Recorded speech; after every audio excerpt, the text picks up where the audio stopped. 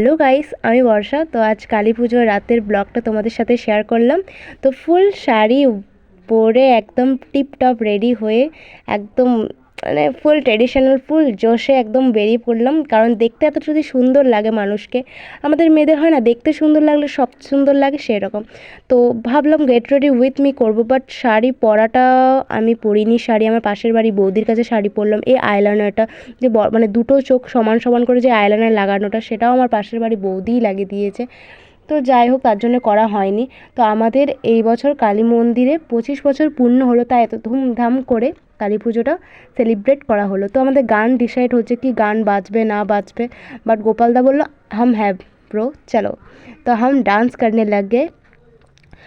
মানে আমরা নাচ করছি, আমাদের একটুকুনো চিন্তা নেই যে আমাদের মেকআপ ঝরে গলে যাচ্ছে, বাট ঠিক আছে তাও আমরা করে নিচ্ছি। মানে মুখের অবস্থা জাস্ট মানে গরম লাগছে, এই ঠান্ডাকালের দিনেও গরম লাগছে। তারপর একটু রেস্ট করলাম, পাখার তলে বসলাম, তারপর এই মুখটা আমার মানে সুস্থ আছে যাতে ফটো তোলার জন্য। তো মায়ের ভিডিও আসছে, তো দেখতে থাকো, সবাই ভালো থাকো, সুস্থ থাকো, লাভ ইউ অল।